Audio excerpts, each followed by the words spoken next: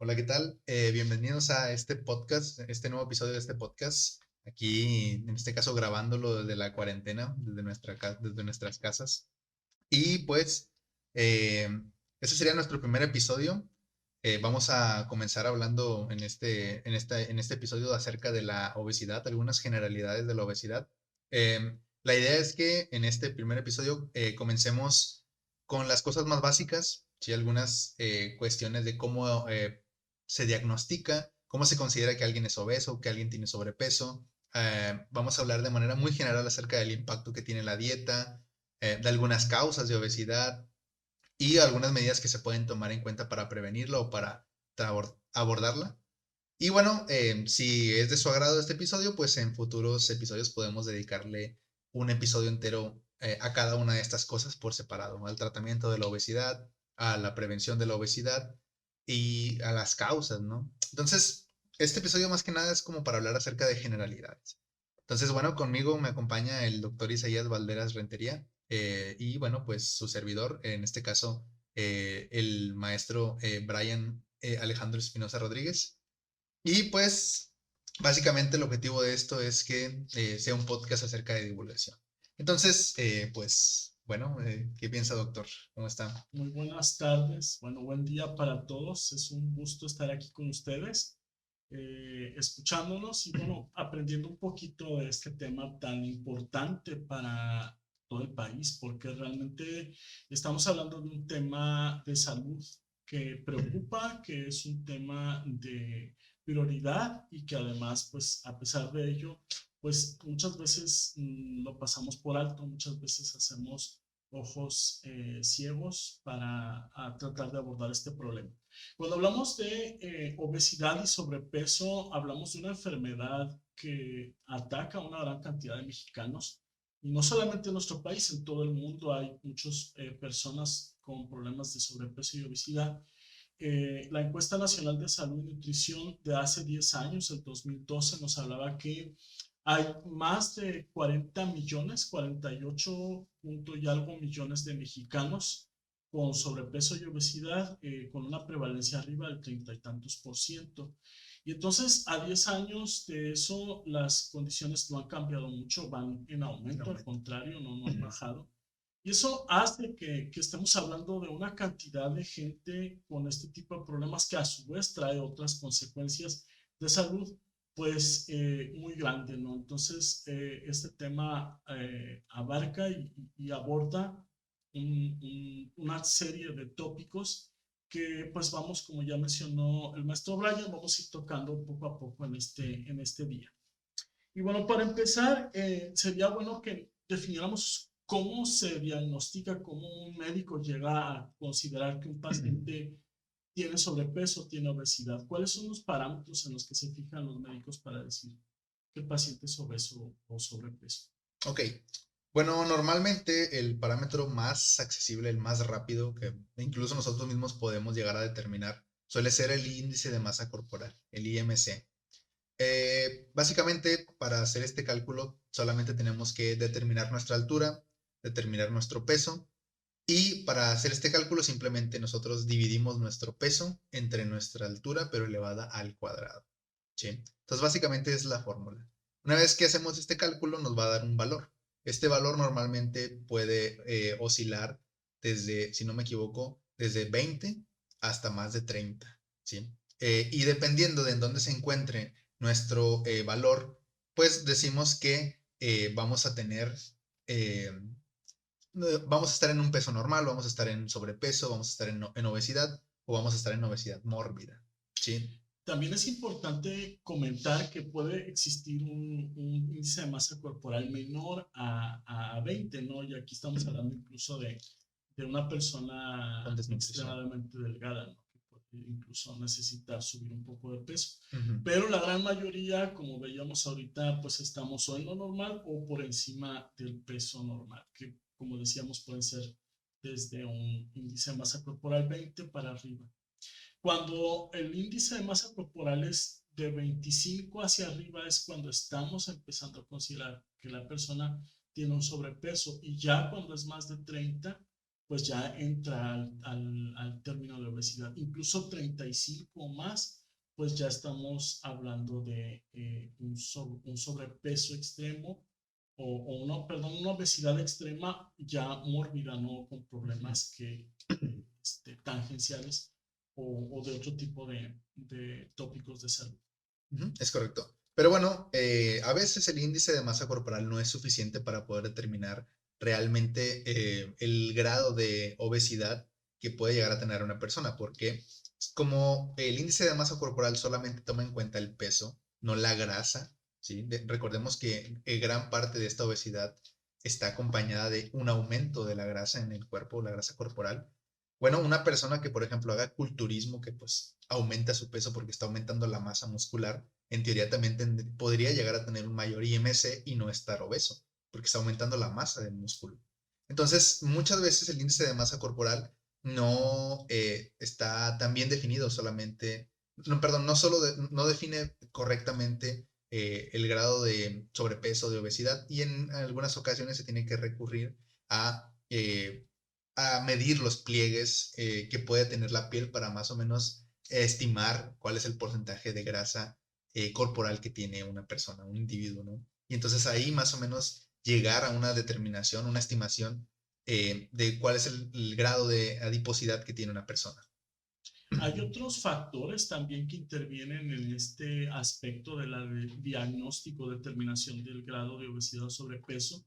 Uno de ellos, por supuesto, es la edad. No es lo mismo medir el índice de masa corporal en un niño o un preadolescente que en un adulto, ¿verdad? También la etnia, porque pues obviamente hay etnias que prevalecen una estatura más baja, otras que tienen una estatura más alta, y eso puede intervenir en la determinación de ese IMC. Por eso, finalmente, pues hay que considerar otros factores aparte del índice de masa corporal al momento de determinar si una persona tiene sobrepeso o obesidad.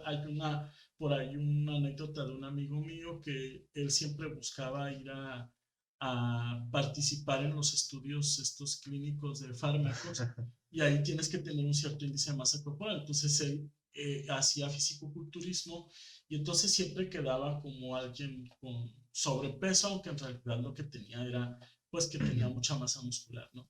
Entonces, aquí hay que tomar en cuenta, decíamos, otros aspectos, como bien comentaba el maestro, el pliegue, los pliegues corporales que determinan un poquito la grasa que está en la persona, que tiene la persona, y también hoy en día se habla mucho de otros aspectos novedosos, por ejemplo, de una persona delgado, metabólicamente obeso, o de una persona obesa, metabólicamente sana, en donde a pesar de que puede haber por ahí un exceso de grasa, la persona tiene parámetros bioquímicos. Hablando de parámetros bioquímicos nos referimos pues a las mediciones que se pueden hacer en su sangre para ver qué tan sano está o qué tan enfermo está. Por ejemplo, la cantidad de lípidos en la sangre, la cantidad de glucosa sanguínea, de colesterol. Todo eso se asocia también o se puede asociar a la obesidad o al sobrepeso y decir si la persona, por ejemplo, puede estar muy delgada, pero tener problemas de este tipo y ser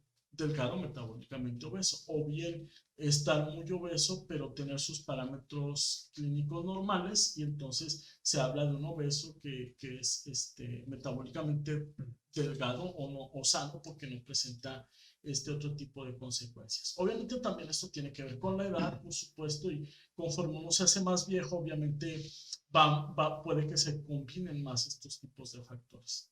Y bueno, justamente ahora que menciona la edad, es común, por ejemplo, en las mujeres que justo después de que entran en menopausia, muchas empiezan a desarrollar sobrepeso y obesidad, precisamente porque las hormonas, en este caso los estrógenos, eh, promueven un cambio en la distribución de grasa. Si los hombres y las mujeres tienen diferentes distribuciones de grasa, los hombres tienen una distribución más andrógena, como el nombre lo dice, eh, y las mujeres tienen una distribución más ginecoide, sí. Entonces, en las mujeres la grasa se tiende a acumular principalmente en la porción inferior del cuerpo y en los hombres más en la parte superior.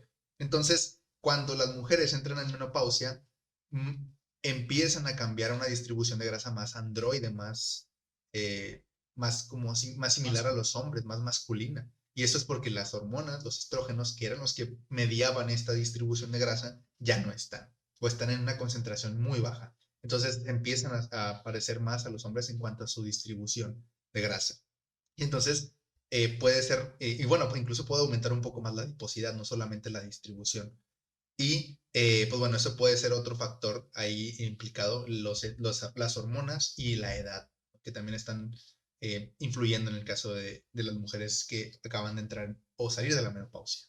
y bueno, existen ya hablando precisamente de factores que pueden, o diferentes tipos de obesidades que podemos encontrar, ya mencionaron las diferencias que puede haber por género, pero también, por ejemplo, existen pacientes que pueden presentar obesidad por consumir cierto tipo de fármacos. Hay otro tipo de obesidad que se llama obesidad cromosómica, que es debida a ciertos trastornos de tipo cromosómico.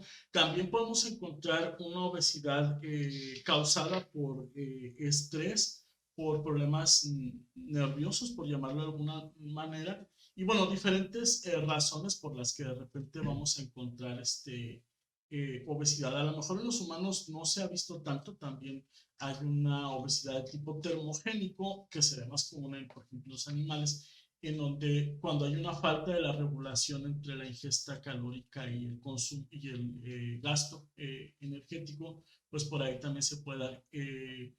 Cuando hablamos de fármacos, por ejemplo, ¿qué nos podrías decir, Brian, de los fármacos que pueden producir obesidad? Fármacos que puedan producir obesidad. Pues bueno, mm, antes de pasar a los fármacos que producen obesidad, ahorita mencionó lo del estrés. Y es que, bueno, creo que eso es algo bastante importante. En el estrés, así como cuando mencioné lo de la menopausia, también se producen bastantes hormonas, como por ejemplo los glucocorticoides, el cortisol. Y bueno, estas hormonas también pueden llegar a alterar la distribución de la grasa en el cuerpo. Una persona que esté sometida a un estrés crónico, eh, de manera prolongada va a tener concentraciones altas de este tipo de hormonas y van a promover pues una distribución de grasa a otros sitios donde normalmente no había. Entonces, también el estrés puede afectar la adiposidad y la distribución que va a tener esa grasa. Entonces, eso hay que tener mucho cuidado con eso. Eh, Entre los fármacos que se han asociado al desarrollo de obesidad, podemos encontrar, por ejemplo, los que se utilizan para tratar problemas de tiroides. Eh, los problemas de la tiroides pueden ser hipotiroidismo o hipertiroidismo, en donde hay una alta actividad o baja actividad de esta glándula y por lo tanto, pues las mismas hormonas asociadas a ella. Y luego, cuando los fármacos actúan disminuyendo la actividad de esta glándula y por lo tanto las hormonas, pueden hacer que la persona tienda a acumular más grasa, a desarrollar más sobrepeso, porque pues precisamente hay una baja de actividad metabólica. También algunos antiinflamatorios esteroideos están asociados también al desarrollo de la obesidad, precisamente por el tipo de efecto que tienen como o hormonas esteroidales, que bueno, el efecto antiinflamatorio es su principal efecto terapéutico, pero también hay consecuencias o efectos colaterales que se pueden presentar. Y bueno, pues hay muchas cosas que a lo mejor desconocemos desde el punto de vista, por ejemplo, de herbolaria o de consumo de productos, suplementos alimenticios, que pudieran estar bloqueando algunos, como este tipo de fármacos, y que tener un efecto similar a este tipo de fármacos y que no los conocemos precisamente porque no tienen estudios todavía farmacológicos que pudieran hablarnos decirnos de ese efecto.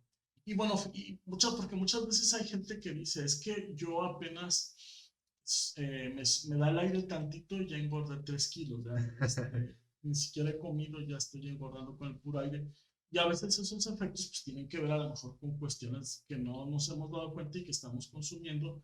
Y por ahí hay otro efecto importante del que ahorita le voy a pedir a Brian que nos platique, que es la microbiota, que puede también tener un efecto en el impacto del desarrollo de la obesidad. Pero antes de eso, yo quiero cerrar comentando que en el caso de la obesidad cromosómica, pues hay pacientitos que tienen problemas de tipo cromosómico, como la trisomía 21, el síndrome de Down, que también tiene una tendencia a desarrollar cierta obesidad precisamente la disfunción cromosómica.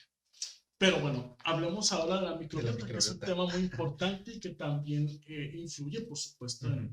en este tema. ¿Qué nos puedes decir de eso, Brian? Bueno, pues la verdad es que la pura microbiota podrían ser unos 3 episodios nada más, De porque hecho, haremos en algún sí, momento un podcast sobre sí, hay microbiota. mucho de qué decir de la microbiota. Pero bueno, primero que nada, ¿qué es la microbiota? ¿Qué es, o el microbioma, que es el término más correcto que se usa en los artículos científicos? ¿Qué es el microbioma? Bueno, el microbioma, o comúnmente llamada microbiota, pues es todo este conjunto de bacterias y o microorganismos, para usar un término más general, es este conjunto de microorganismos que normalmente nosotros vamos a tener en nuestro organismo como de manera normal, ¿sí? Normalmente los encontramos en las mucosas, que puede ser la mucosa digestiva, que es todo nuestro tubo digestivo, ¿sí? En el estómago, el esófago, la boca, el intestino delgado, el intestino grueso. Normalmente la microbiota más estudiada pues es la del intestino grueso, pero hay en todo el tubo digestivo, o se cree que hay más, se cree que hay en todo el tubo digestivo. Incluso en otras partes, la Ujú. piel, La piel, los pulmones, los ajá, órganos las reproductores. mucosas respiratorias, la Así es. nariz, y bueno, incluso en el caso, por ejemplo, en los órganos sexuales, también puede haber microbiota, ¿sí? Entonces, básicamente esa es la microbiota, todo este conjunto de microorganismos. Pero ¿por qué es importante la microbiota? ¿Cuál es la relación que tiene con la obesidad? Bueno, se sabe, por ejemplo, que la microbiota podemos considerarla otro órgano extra. Son bastantes células de origen microbiano que tenemos en nuestro cuerpo que prácticamente es un órgano entero, ¿sí? Todas estas células tienen la capacidad de producir compuestos, todas estas células tienen la capacidad de modificar incluso nuestro comportamiento y el de nuestras células. Entonces, Comunicarse también. comunicarse con nuestras células. Muchos de estos microorganismos pueden liberar ciertas sustancias y alterar el comportamiento de nuestras células para bien o para mal. Dependiendo de la microbiota que nosotros tengamos en nuestro cuerpo, nuestros procesos pueden funcionar mejor o pueden empeorar, ¿sí? Básicamente se dice que nuestro cuerpo está en simbiosis con estas bacterias, ¿sí? Si nosotros tenemos una buena microbiota, las bacterias nos ayudan a nosotros y nosotros también le damos beneficios a las bacterias. Si nosotros tenemos una mala microbiota, pues ni nos dan beneficios y nosotros tampoco a ellas les damos beneficios, entonces no tenemos una relación muy amistosa. Entonces, cuando tenemos una buena microbiota, estas bacterias hacen que nuestros procesos digestivos se mejoren. Esa sería la primera. O sea, al mejorar nuestros procesos digestivos, eh, ellas obtienen sus nutrientes, nosotros obtenemos de mejor manera nuestros nutrientes y se regula de mejor manera la ingesta y el apetito para nosotros, ¿sí? Se ha visto que cuando, por ejemplo, un ratón obeso, cuando se toman las heces de un ratón obeso y estas heces, de estas heces se retira la microbiota y se introduce esta microbiota en un ratón que está delgado, este ratón delgado rápidamente desarrolla obesidad. O sea, la microbiota actúa como si fuera un órgano. Si lo trasplantamos a otro organismo, rápidamente lo devuelve al estado del donador, que en este caso era un ratón obeso. Entonces, eso mismo puede ocurrir en los humanos. ¿Sí? Hay estudios donde se ha relacionado la microbiota con una mayor obesidad, ¿sí? Una microbiota mala, y hay estudios donde una microbiota buena puede hacer que una persona baje de peso mucho más rápido, ¿sí? O sea, si las estrategias de dieta y ejercicio no funcionan tan bien, a veces puede ser por la microbiota. Tal vez tendríamos que implementar estrategias que tiendan a mejorar esta microbiota primero. Y precisamente la alimentación tiene mucho que ver con esta microbiota. Cuando el maestro nos habla de esta población que está en nuestros intestinos, nos habla de digamos que cierta cantidad ¿cómo diríamos?, de etnias bacterianas en donde pues estas pueden variar, puede que de repente haya más de un tipo de etnia que de otro. ¿Y de qué depende que esas etnias varíen? Pues del tipo de alimentación que tenemos y de general de nuestros hábitos comunes del día a día. Pero una parte muy importante es la alimentación. Entonces, cuando nuestra alimentación no tiene fibra, no tiene precisamente probióticos o prebióticos, puede que cambie ese tipo de microbiota y que haga que la persona de repente, lo que comentaba el maestro, como si fuera un trasplante de otro tipo de microbiota porque está cambiando precisamente por el tipo de alimentación que estamos cambiando o que estamos dejando de comer o que estamos añadiendo a nuestra dieta. Entonces, yéndonos precisamente a este punto, ¿de dónde nace esta obesidad en la mayoría de las veces? Pues nace precisamente de ese desbalance energético que hay en nuestro cuerpo entre la cantidad de energía que consumimos y la cantidad de energía que gastamos. Cuando nosotros pues hablamos de una dieta balanceada y una dieta que tenga que estar equilibrada de acuerdo a la persona y a sus actividades. Hablamos de una cantidad de kilocalorías que debería consumir diariamente esas personas y una cantidad de kilocalorías con cierta calidad, es decir, ciertos productos que tengan ciertos componentes moleculares para que esa microbiota se nutra y nuestro cuerpo también se nutra y no se malnutra, ¿verdad? Porque puede haber, no sé, yo estar comiendo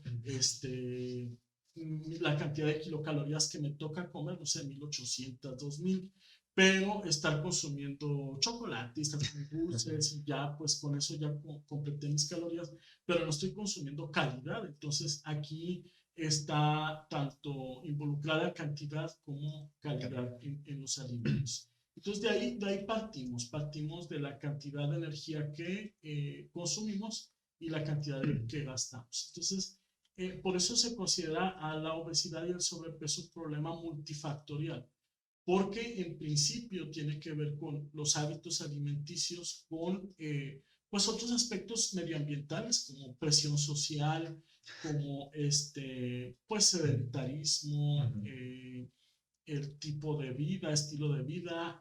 Acá por el norte comemos mucha carne, hacia el sur comen más vegetales, aunque bueno, ya a lo mejor ha estado cambiando, no sé, pero eso también genera un cierto tipo de, pues de proporción o de composición en los seres humanos en diferentes etnias o regiones de un país.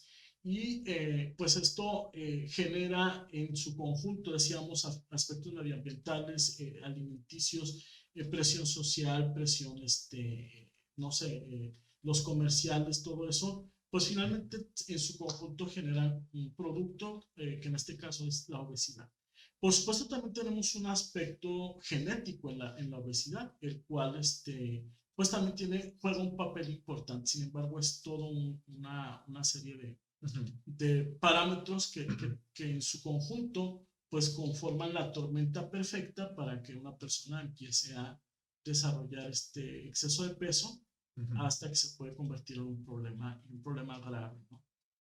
Sí, y la verdad es que es bastante difícil porque por esa misma razón de que es un problema multifactorial, muchas veces cuando se trata de abordar desde no sé, utilizando dieta o ejercicio, es bastante a veces difícil salir de estos trastornos porque implica cambiar el funcionamiento del organismo a distintos niveles. Se modificó tanto nuestro funcionamiento por estos malos hábitos que cuando lo queremos regresar a la normalidad implica un proceso también relativamente lento, ¿sí? En algunas personas puede ser más rápido que otras, pero en general va a tomar tiempo, ¿sí? Un mes a veces no es suficiente, tenemos que mantener estos hábitos saludables por más tiempo.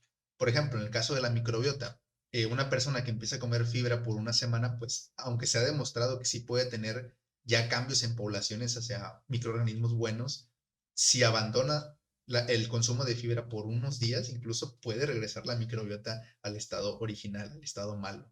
Entonces, no es suficiente nada más mantener este estilo de vida por unas cuantas semanas, sino ya mantenerlo como un estilo de vida permanente. Esto tiene mucho que ver con el tipo de metabolismo de esos microorganismos, porque hay microorganismos que no son capaces de asimilar de nuestros nutrientes que consumimos algunas cosas y por eso requieren pues que haya fibra, prebióticos, etcétera, para que sobrevivan, porque si no, pues los dejamos de comer y otra vez, como comenta el maestro, Mueren. regresan al estado basal de la microbiota mala.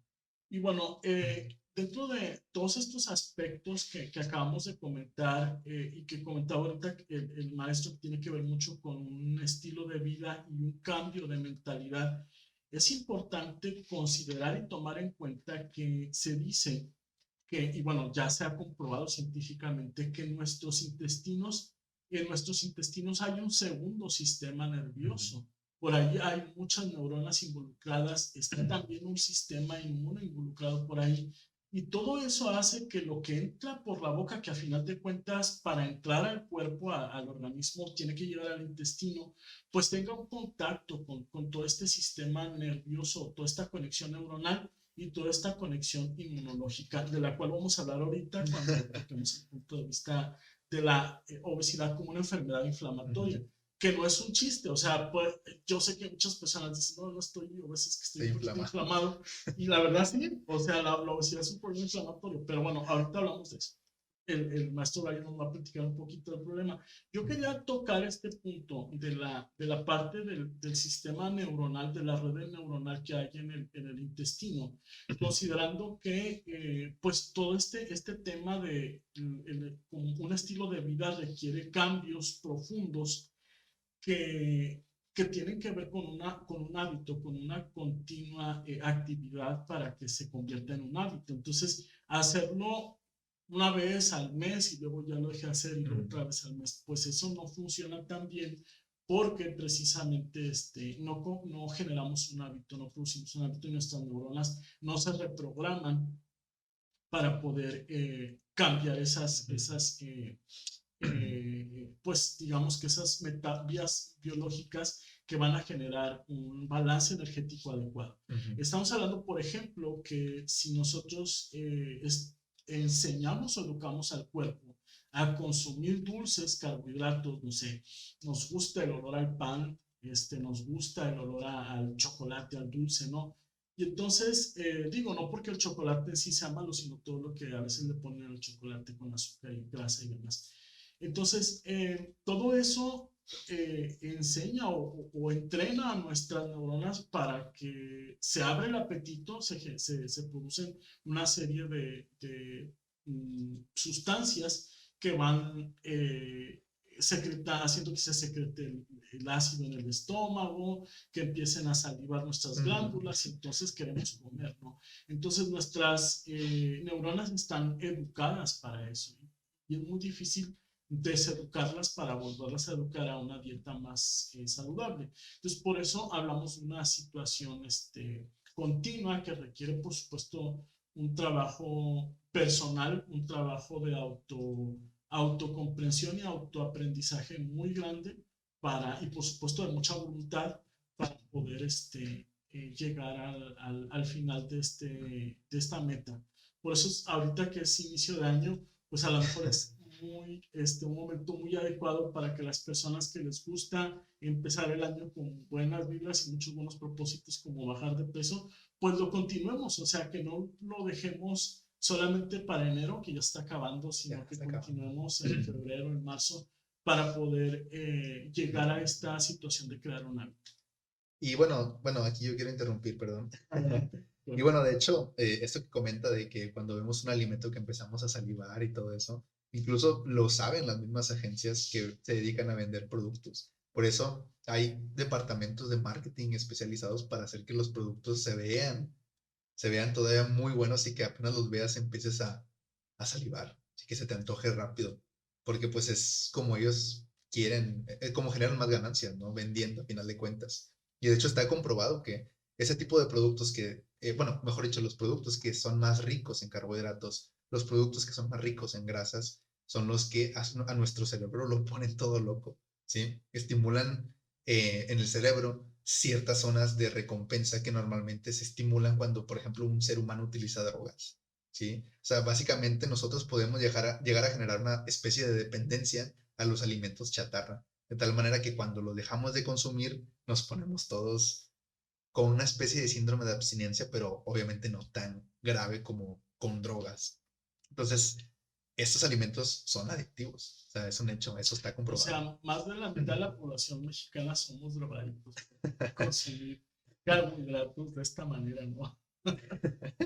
Sí, sí, sí. O sea, a nuestro cerebro le gustan los carbohidratos simples, o sea, como la sacarosa y todos estos azúcares que son muy dulces, y las grasas. Eso es un hecho. A cualquier alimento que le pongas azúcar y grasa, tu cerebro lo va a amar, le va a gustar. ¿Sí? Y lamentablemente la mayoría de los alimentos que podemos considerar saludables, pues carecen de este tipo de carbohidratos o los tienen en muy pocas cantidades. Entonces, por eso hay mucho rechazo a este tipo de alimentos, ¿no? No sé si quiere agregar algo más, doctor. Pues yo creo que es un tema bastante profundo que también valdría después analizar con Sí. más detalle este tema de la dependencia química Ujú. y que bueno, pues definitivamente tiene que ver con este asunto de que hay muchas neuronas involucradas En el en la proceso. Ujú. alimentación, en todo lo que nos llevamos a la boca, porque al final de cuentas llega al intestino y del intestino pasa a la sangre y luego se distribuye en el resto del cuerpo. Entonces, Ujú. pues sí, yo creo que más adelante a lo mejor profundizaremos un poco Un más si poco la gente más. lo Ajá. pide en este tema. Yo quisiera en un siguiente bloque hablar un poquito de la parte energética, de cómo es que el cuerpo reacciona cuando uno empieza a cambiar sus hábitos alimenticios Ujú. y qué es lo que tiene que uno hacer ante tales efectos, ¿no? Ujú. Pero antes de eso, te decía hace un momento sobre lo que nosotros deberíamos de considerar que es una enfermedad, Inflamatorio. la enfermedad de obesidad, que es un proceso inflamatorio. ¿Por qué pensamos que es eso? ¿Qué evidencias científicas hay para esto? Y también platícanos un poquito del adipocito, que es el Ok. adipocito, como células del tejido donde está aquí en el estómago, la grasita y en otras partes del cuerpo. Bueno, primero tenemos que mencionar qué es el tejido adiposo, qué es la grasa corporal, ¿no? Hay muchos tipos de tejido adiposo, no todos los podemos considerar igual de peligrosos. Por ejemplo, en todo el cuerpo tenemos grasa por debajo de la piel, que es la grasa subdérmica, tenemos grasa entre los órganos, que es la grasa visceral. Entonces hay distintos tipos de grasa. Si no tuviéramos grasa, también sería algo peligroso, porque mucha de esta grasa tiende a amortiguar golpes, tiende a mantener los órganos en ciertas posiciones. A darle Entonces, cierto calor. ajá, sí, sí, sí, para producir calor también. De hecho, los bebés tienen un cierto tipo de tejido adiposo especial que los protege contra temperaturas muy bajas. Entonces, o sea, la grasa también es buena, ¿no? No podemos decir que toda la grasa es mala. Sin embargo, tenemos que mencionar que el adipocito, que es la célula especializada del tejido adiposo, sí, es la célula que almacena toda esta grasa para utilizarla en determinadas situaciones. El adipocito es, o funciona, mejor dicho, correctamente solo cuando hay una ingesta correcta de, por así decirlo, de calorías, ¿no? Cuando una persona está comiendo lo que debe comer, cuando está comiendo en exceso, cuando está ingiriendo cosas en exceso, el adipocito empieza a almacenar tanta grasa, tantas sustancias dentro de él, que no se da abasto. Y entonces el tejido adiposo, ¿qué tiene que hacer? Pues tiene que generar más adipocitos para que haya más células capaces de almacenar toda esta grasa. Pero el cuerpo está diseñado perfectamente para que solo con cierta cantidad de tejido adiposo pueda funcionar correctamente. Cuando hay tanto tejido adiposo empieza a desregularse, empiezan a desregularse muchos procesos. ¿Por qué? ¿Por qué pasa esto? Porque anteriormente siempre se veía el tejido adiposo como un órgano que nada más almacenaba grasa y listo. Hoy en día no, sabemos que el tejido adiposo es un órgano endocrino, es capaz de secretar hormonas, puede secretar muchas hormonas y muchas de estas hormonas se secretan en exceso cuando también el tejido adiposo está en exceso. Entonces, si el tejido adiposo está normal, la secreción de hormonas es normal. Cuando el tejido adiposo está en exceso, algunas hormonas también se secretan en exceso y otras que eran buenas se dejan de secretar o baja su secreción al mínimo. Entonces, esto para empezar ya crea una desregulación hormonal bastante grave. Ahora hay que mencionar que también muchas de estas hormonas que secreta el tejido adiposo son inflamatorias, ¿sí? Son inflamatorias. Esto crea una inflamación en todo el cuerpo. No es una inflamación que nosotros podamos apreciar, como menciona el doctor, que estoy hinchado, pero es una inflamación que existe. Es una inflamación que se conoce como inflamación crónica, ¿sí? No la vamos a notar, ¿sí? A simple vista, porque no es como cuando te golpeas y se te inflama y se te hace un chichón. No, es una inflamación que no se nota, pero ahí está. Y esa inflamación crónica es la peor porque no te das cuenta que la tienes. Y poco a poco empieza a dañar los demás órganos. Empieza a dañar el funcionamiento del páncreas, empieza a dañar el funcionamiento del hígado, del intestino, ¿sí? Del cerebro en algunos casos. Entonces, empieza a dañar el funcionamiento de todos los sistemas en general. Entonces, más adipocitos solamente se producen por un excedente de grasa, ¿sí? Entonces, por eso decimos que es una enfermedad inflamatoria. Y esto está relacionado también con lo que comentabas hace rato del estrés y la Ujú, producción de corticosteroides. Entonces, otra vez es un efecto como rebote, ujú, el estrés que finalmente va a generar más inflamación y a su vez más obesidad. ujú. Entonces, están todos estos aspectos íntimamente ligados pues a un producto, un desenlace final que es generar más células adiposas o tejido adiposo en mayor proporción, en mayor cantidad.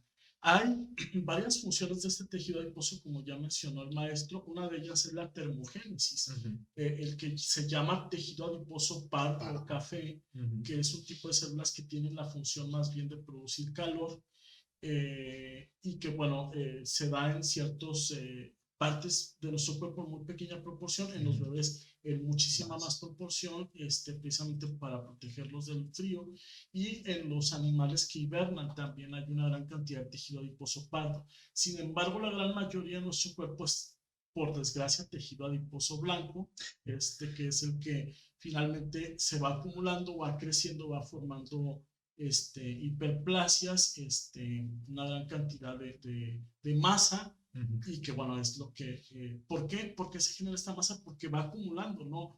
Eh, Aquí quiero entrar un poquito a lo que les decía, el punto de vista energético. Nosotros podemos decir, es que yo nomás como, yo no como grasa, nomás como puro dulce, ujú, o me echo pura proteína, pero no sé, yo tengo que consumir 1200 calorías, pero me echo 5000 kilocalorías de proteína. Bueno, estoy desbalanceando y entonces, sea proteína, sea grasa o sea carbohidratos, azúcares, todo a final de cuentas el hígado, cuando llega, decíamos, todo entra por el intestino, pasa al cuerpo y lo primero que se topa es con el hígado. Y el hígado, todo lo que no ocupa, después de ya suministrar al cuerpo lo que necesita, la sangre los 100 miligramos por decilitro de glucosa y en el glucógeno hepático y en las células musculares. El resto lo que hace es transformarlo en grasa, ujú, sean azúcares, sean proteínas, sean lo que sean, todo se va a grasa. Por eso, a final de cuentas, aunque uno diga, yo no consumo grasa, pues no, pero el cuerpo lo va a transformar en grasa. De alguna forma, el humano es diseñado de tal forma que, pues, porque la grasa es la que finalmente se acumula o se guarda porque desde el punto de vista químico, la energía que tienen las grasas o los lípidos es mucho mayor que los azúcares o las proteínas. ujú. Por eso el cuerpo está diseñado para almacenar la energía de manera más eficiente en la grasa que en otros elementos o moléculas del cuerpo. Imagínense si la almacenara como proteína, pues todos estaríamos así bien, tipo Hulk, musculosos por tanta proteína que hay por todos lados, masa muscular, ¿no? Pero bueno, yéndonos ahora al aspecto retro, ¿no? Yéndonos hacia atrás, una persona que quiere empezar a bajar de peso y dice, bueno, voy a cambiar mis hábitos alimenticios, mis hábitos físicos, de tal forma que me voy a poner a hacer ejercicio y voy a balancear bien mi dieta. Y entonces, ¿qué va a pasar con su cuerpo? Pues lo primero que va a pasar es que el cuerpo va a empezar a resentir ese cambio, por supuesto, porque va a decir, ah, ya no hay tanto carbohidrato, se me está acabando la glucosa en sangre y luego se me está acabando el glucógeno hepático, que es de donde se toma en primera instancia la energía en el cuerpo. Entonces, ¿qué pasa? El cerebro empieza a decir, yo necesito glucosa, ¿de dónde la voy a agarrar?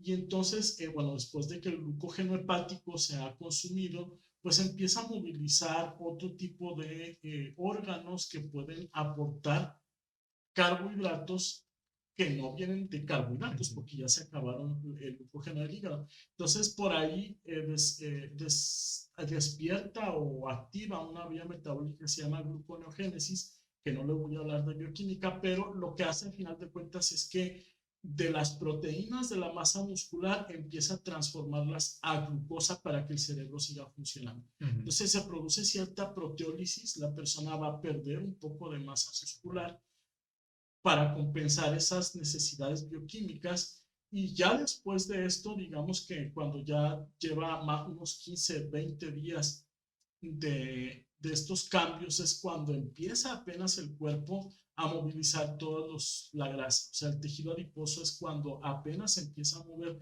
cuando ya se, más o menos el cuerpo se adaptó y empezó a sentir esas señales de que hay un desbalance de la cantidad de carbohidratos, de la cantidad de grasa y proteínas, hay que movilizar, decíamos, el azúcar de la sangre, del hígado, y luego la gluconogénesis para aportar de las proteínas un poquito, mientras llega esa movilización de los lípidos para ahora sí empezar a degradar los lípidos y de ahí también obtener energía. Entonces es un proceso largo, no es un proceso, como hace rato decía el maestro, que de la noche a la mañana va a surtir efecto. Vamos a tener que esperar un poco, tratar de ir continuando con este proceso continuo hasta generar un hábito y por supuesto hasta esperar que el cuerpo realmente reaccione y empiece a movilizar esas grasas. Así es.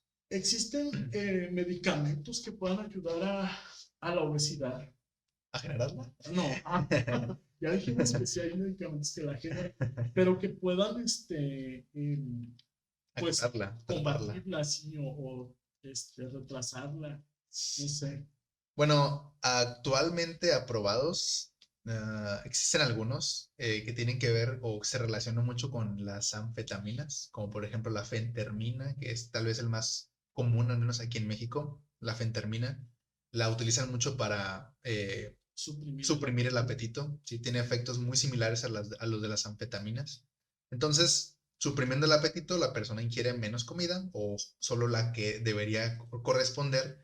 Y si de manera normal ingiría muchas calorías en exceso, pues su ingesta va a ir bajando con el paso del tiempo, se va a normalizar y todo el excedente de energía que tiene almacenada en forma de grasa, pues se va a empezar a consumir. Entonces, ese tipo de fármacos los utilizan mucho para bajar de peso, pero deberían ser la última opción, porque a pesar de que sí, son eficaces, tienen muchos efectos adversos asociados, ¿sí? Porque directamente se meten con el sistema nervioso central. Entonces, no sería recomendable que los usaran como primera opción, ¿sí? Sería tal vez en un caso especial donde ya intentaron todo y no funciona. Sí, lo ideal sería implementar múltiples estrategias al mismo tiempo, tampoco intentar nada más pura dieta o puro ejercicio, sino dieta, ejercicio. Incluso se pueden hacer más cosas, ¿no? Se puede actuar, por ejemplo, a nivel de dieta, a nivel de ejercicio, se pueden intentar, últimamente está de moda lo de los ayunos intermitentes, se puede abordar tal vez el problema desde la microbiota también. Y bueno, sí, prebióticos. Fibra. Ajá, entonces, incluso dentro de la dieta se pueden hacer muchas cosas, porque normalmente cuando alguien hace dieta, suele pensar que simplemente es cuestión de bajar las calorías y listo. Vamos a modificar los macronutrientes y con eso debería bastar para que bajando tal vez el contenido de grasas, de carbohidratos y a lo mejor aumentando un poco más el consumo de proteína, la persona baje de peso eventualmente. No, a veces no es tan sencillo y tenemos que incluso modificar micronutrientes, porque para que se dé el metabolismo correctamente, para que ocurra todo esto que mencionó el doctor, de que se empiezan a movilizar muchas vías metabólicas para utilizar la grasa, se ocupan muchos micronutrientes, que son pequeños elementos, elementos que tenemos nosotros en pequeña cantidad en el cuerpo, pero que nuestras proteínas, nuestras enzimas, las necesitan para poder hacer todos estos cambios en el metabolismo. Si no restauramos a un nivel correcto estos micronutrientes, a veces el metabolismo también está todo atrofiado, está todo lento, porque no está, vaya, podemos hacer una analogía de esto como con un carro. Podemos decir que pues los macronutrientes es como la gasolina del carro, pero aunque le demos la gasolina al carro, el carro necesita de otras cosas para que funcione adecuadamente. Necesita aditivos, aceite, otras cosas para que funcione bien. Con la pura gasolina el carro funciona, pero mal, ¿sí?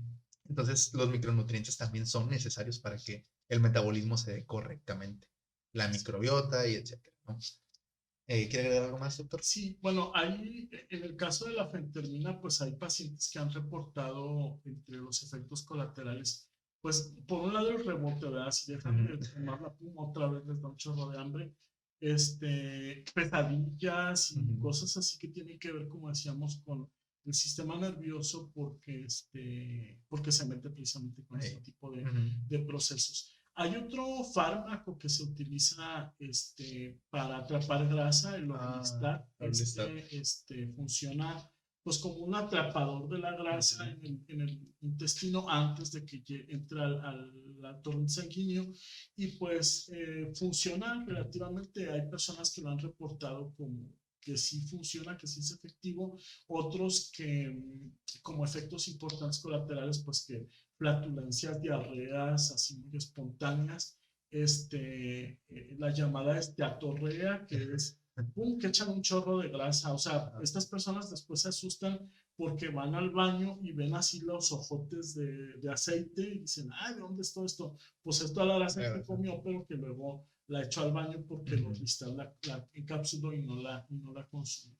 Entonces, sí hay pocos medicamentos, pero como ya comentó el maestro y bien lo comentó, serían, digamos que las últimas Ujú. alternativas. Habría que empezar con los otros aspectos que ya comentamos, que tienen que ver con hábitos alimenticios, con ejercicio, con dieta balanceada y un cambio sobre todo de actitud y de Ujú. motivación.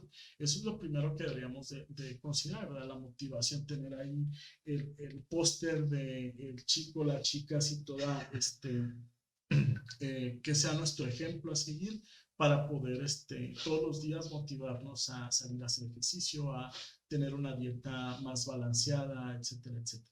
Y bueno, esta parte de los micronutrientes que comentaba el maestro es esencial porque muchas veces nosotros pensamos que tenemos una dieta muy buena porque hacemos nuestra proporción de proteína, de carbohidratos y de grasa, ¿no? Casi no consumimos grasa más que una necesita cosas así. Pero nos olvidamos de estos nutrientes, de estos micronutrientes. A veces estamos con hipovitaminosis Ujú. o con enfermedades que no consumimos suficiente, no sé, vitamina B, zinc, calcio. Entonces, todos estos son también esenciales para el buen funcionamiento del cuerpo y del metabolismo. Ujú. Así es. Pues yo quisiera que tocáramos también el punto de la genética. Mencionamos hace un momento y bueno, Ujú. es solamente uno de los muchos factores que tienen que ver con la obesidad y con el sobrepeso. Y efectivamente, definitivamente sí tiene que ver. O sea, hay genes en las personas, hay genes en nosotros que pueden activar un proceso de obesidad o de sobrepeso, pero no es el único factor y no es en la mayoría de los casos. Son bajos los porcentajes de casos que tienen una obesidad por cuestiones genéticas bien identificada. Un caso particular, por ejemplo, son mutaciones en los genes de leptina y adiponectina, que Leptina son y los adiponectina. hormonas que mencionabas por ahí del adipocito, del sistema endocrino del adipocito, y se ha visto que hay pacientes que no producen suficiente de este tipo de hormonas y entonces desregulan su metabolismo y son personas obesas que seguramente han visto a lo mejor por ahí reportajes, ¿no? De que cuando al paciente se le dio leptina, empezó a bajar de peso Ujú. dramáticamente, ¿no? Pero no quiere decir que a cualquier paciente obeso se le pueda dar leptina y va a funcionar, ¿no? Esto está más bien asociado particularmente a una obesidad que tiene que ver con problemas genéticos en esos genes Ujú. particulares que se asocian directamente al apetito o a la supresión del apetito en las personas. No, y de hecho creo que la mayoría de los pacientes que tienen obesidad o sobrepeso ya tienen mucha leptina. Sí. O sea, es un hecho que ya tienen mucha leptina. ¿Por qué? ¿Por qué tienen tanta leptina? Cuando el adipocito empieza a aumentar en número, se empieza a dividirse para tener más adipocitos que almacenen grasa, yo les mencioné, secreta más hormonas. Bueno, dentro de esta secreta más leptina. Pero entonces aquí entramos en una paradoja. ¿Por qué si hay tantos adipocitos que secretan más leptina, por qué no se regula adecuadamente el control del apetito? ¿Por qué no dejan de comer eventualmente las personas que tienen sobrepeso y obesidad al menos un poco menos, ¿no? Porque comen un poco menos. Y de hecho vemos lo contrario, vemos que la mayoría de los que tienen sobrepeso y obesidad comen un poco más. Pues bueno, básicamente es porque al haber tanta concentración de leptina, ya no funciona la leptina, ¿sí? Funciona bastante mal, ¿sí? Sí puede tener un cierto grado de funcionamiento, pero no funciona adecuadamente. Entonces entramos en un estado que se conoce como resistencia a la leptina y ya no funciona tan bien, ¿sí? Algo similar a lo que ocurre con la insulina en el caso de los diabéticos. Entra en un estado de resistencia y ya no funciona. Entonces las personas que tienen obesidad o sobrepeso, la mayoría ya tiene hiperleptinemia, que es mucha leptina en la sangre. Es Entonces, algo, ujú, un efecto que le llamo yo el efecto Pedro y el lobo, ¿verdad? Que como el cuento que Pedro todos los días iba y les decía, ahí viene el lobo, ahí viene el lobo. No, eran mentiras. Y otra vez ahí viene el lobo, eran mentiras. Hasta que por fin venía el lobo y ya nadie le creyó y pues se lo comió. Es algo parecido aquí, bueno, a lo mejor la analogía es un poquito medio extraña, pero es más o menos lo que pasa cuando el cuerpo se somete a altas concentraciones, por ejemplo, de insulina en el caso de los diabéticos o la leptina en el caso de las personas obesas. Hay tanta leptina que el cuerpo reacciona y dice, es porque tengo que suprimir el apetito, pero luego hay más leptina y hay que tengo que suprimir el apetito hasta que llega un punto en que se hace resistente, es ujú, decir, el cuerpo dice, no, hombre, ya estás produciendo un chorro de leptina, ya no te ajá, voy a hacer caso. Lo mismo pasa con la insulina en el caso de los diabéticos,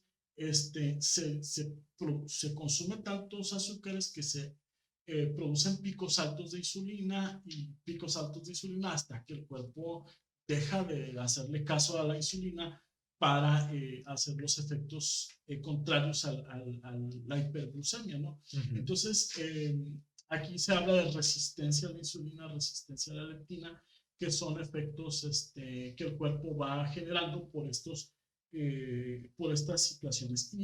Bueno, hablando precisamente de eso, precisamente el problema de la obesidad genera a final de cuentas otras enfermedades, entre ellas la más importante precisamente la diabetes. ¿Qué diabetes. es lo que pasa con un paciente obeso? Bueno, pues que está produciendo, bueno, está consumiendo muchos alimentos en el cuerpo, en la sangre, habrá muchos nutrientes, mucha glucosa, muchos aminoácidos, muchos ácidos grasos, y entonces se empieza a reaccionar a esas cantidades en exceso con hormonas para neutralizarlos. Y en el caso de los carbohidratos, pues la hormona que hace que la glucosa entre a todas las células del cuerpo, incluyendo el cerebro, la insulina. Ujú, Entonces se generan picos altos, muy altos de insulina por la alta cantidad de azúcares que se consumen. Y bueno, esto de manera crónica genera en el paciente pues una resistencia, es decir, llega al punto en que ya la insulina dice, ya, nomás estás consume azúcar y ya subo los picos de insulina y como quiera no le bajas, así que empieza a desconocer el cuerpo el efecto de la insulina propia. Y bueno, es cuando el paciente ya no puede controlar o gestionar su hiperglucemia, es decir, empieza a haber un exceso de azúcar en sangre que ya no puede entrar a las células, se queda allá afuera porque las puertitas de las células ya no se pueden abrir porque que estaban controladas por la insulina y como ya la insulina ya no quiere hacer caso, pues las puertas no se abren, la glucosa se queda en la sangre sin entrar a las células. ujú, ¿Y qué pasa en el paciente? Las células del paciente piensan que la persona está en ayuno prolongado, que está como en ujú, inanición, porque pareciera que no está consumiendo nada porque no entra a las células. Sin embargo, en realidad lo que está ocurriendo es que está por ahí toda la glucosa en la sangre como atole, por eso dicen más dulce que la torta. sí, más dulce que atole en la sangre. Y entonces, bueno, se producen otras complicaciones a su vez después de la diabetes. Eh, es una, digamos que una cadenita, ¿no? Ujú, De un círculo vicioso que se da ya sea en un sentido o en otro. A veces también la misma diabetes desencadena la obesidad, a veces la obesidad desencadena la diabetes por estos procesos metabólicos que comentamos. sí, pues definitivamente no es tampoco una coincidencia que en estos días que estamos experimentando los picos más grandes de sobrepeso y obesidad, también se están dando los picos más grandes de diabetes, de cáncer, de hipertensión. O sea, definitivamente, aunque correlación no significa causalidad, porque pues que algo aumente y otro fenómeno también aumenta a la par, no significa que estén asociados por causalidad. Pero en el caso de la obesidad sí se han establecido por artículos, por evidencia experimental, que hay una causalidad con diabetes, con cáncer, con hipertensión, con autoinmunidades, con infertilidad, con muchas enfermedades crónicas. De hecho, prácticamente con todas las enfermedades crónicas se ha demostrado una causalidad directa. Entonces, estar con sobrepeso y obesidad te predispone, junto con tu composición genética, a desarrollar otras enfermedades. Entonces, eso es un hecho. Y bueno, ya para ir cerrando, yo quisiera también hablar de otra pues enfermedad o síndrome que se ha descrito que tiene que ver también con la obesidad más otros factores, que era de lo que les hablaba al principio, que se habla del paciente Sí. delgado metabólicamente obeso u obeso pero sano, ¿no? Que metabólicamente no tiene problemas. Y es el síndrome metabólico. El síndrome metabólico es pues como su nombre lo indica, es un síndrome, una serie de, sí, de parámetros que se han establecido de enfermedad, en donde se asocia, por supuesto, la obesidad, pero también algunos otros factores, como ya lo mencionamos, la hiperglucemia, el colesterol y los triglicéridos en la sangre. Entonces, por ahí, bueno, pues es otro tema que seguramente se puede tocar en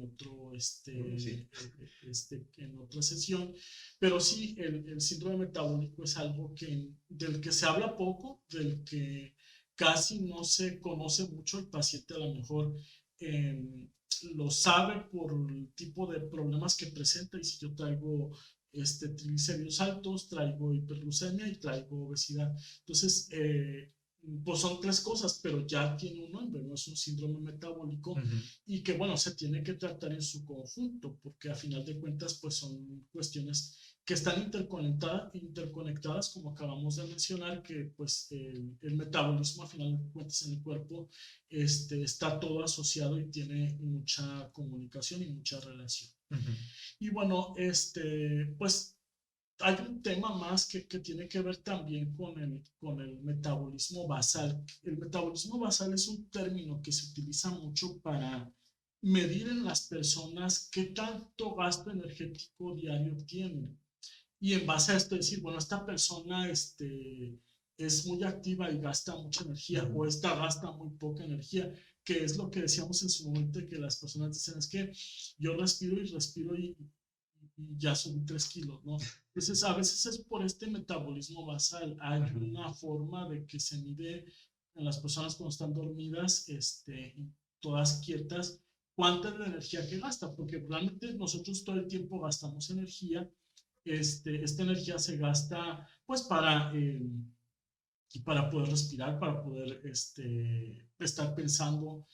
Simplemente el hecho de existir, gastamos energía. Entonces, esto es a lo que llamamos el metabolismo basal, y en base a eso es como se pudiera hacer eventualmente una dieta, un plan de ejercicio y demás intervenciones para obesidad para un paciente, porque puede ser que su metabolismo basal sea muy lento y que pues realmente no esté gastando tantas energías como otra persona que puede tener un metabolismo basal pues más intenso, ¿no? Más elevado. Entonces, bueno, esto también, obviamente, es otro tema del que a lo mejor una persona, un nutriólogo o alguien experto en el área de la nutrición pudiera platicarnos un poco más a profundidad. Pero bueno, es parte de los tópicos que creo que es importante tocar aquí también en el tema de obesidad y sobrepeso como generalidades. No sé si quieras, ya pues tenemos una hora aquí en el canal. No se pasó Pues, de lado. no sé si quieras agregar algo más o quieras comentar algo para ir cerrando. Pues, bueno, pues yo creo que ya dijimos al menos de manera general algunas cositas ya de la obesidad. En futuros podcasts, si pues les parece bien, pues lo pueden ahí comentar si quieren algún tema en particular de los que mencionamos aquí o de los que hayan escuchado en alguna otra parte, que lo desarrollemos más a fondo para centrarnos nada más en ese tema, porque ahorita soltamos muchos temas al aire, pero pues no lo abordamos así muy superficial todo. Pero o sea, para cada tema podemos tener un puro podcast, o sea, es bastante contenido lo que hay. Entonces, eh, pues bueno, yo creo que hasta aquí lo vamos a dejar. Este ya fue el primer podcast. Entonces, pues nos vemos en otras transmisiones. Y pues, si les gusta el contenido, si les fue de utilidad o si se les hace interesante, pues coméntenos, denle me gusta, suscríbanse y pues compártanlo, ¿no? Entonces, vamos a seguir subiendo más contenido y pues esperemos que les siga gustando.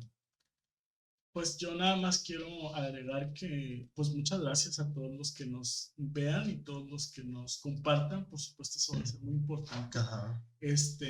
Nosotros trabajamos como profesores e investigadores en la Facultad de Ciencias Químicas de la Universidad Autónoma de Nuevo León. Y bueno, hace tiempo con algunos colegas muy apreciados, estuvimos trabajando en elaborar un libro precisamente sobre este tema que les quiero presentar aquí. Este libro lo trabajamos con los colegas de la Facultad de Ciencias Químicas y colegas de otras partes del país, que habla precisamente del tema diabetes, obesidad y síndrome metabólico. Y pues ha sido de mucha utilidad para nosotros desde el punto de vista académico, docente, pedagógico y también científico. Entonces yo quisiera regalar 3 ejemplares a los visitantes, a los que nos acompañan. Y bueno, Brian nos va a decir cómo se pueden ganar uno de estos 3 ejemplares. Pues yo creo que igual las indicaciones las ponemos en la descripción, ¿no? Ah, perfecto. Sí, para que lo tengan ahí todo más documentado. Pero sí, cuando esté este video ya en la plataforma donde lo vamos a subir, que probablemente va a ser YouTube, pueden ustedes consultar las bases para el giveaway en la descripción del video y pues más o menos cuándo los entregaríamos, cuándo daríamos el ganador. No sé, en el siguiente podcast. Sí, en el siguiente podcast, muy bien. Y bueno, pues yo creo que entonces ya sería todo por este primer episodio y pues nos vemos en futuros episodios, En ¿no? los siguientes vamos a estar invitando colegas para hacer más ameno y más interesante la plática, que nos van a hablar un poco sobre sus líneas de investigación, sobre lo que han estado trabajando.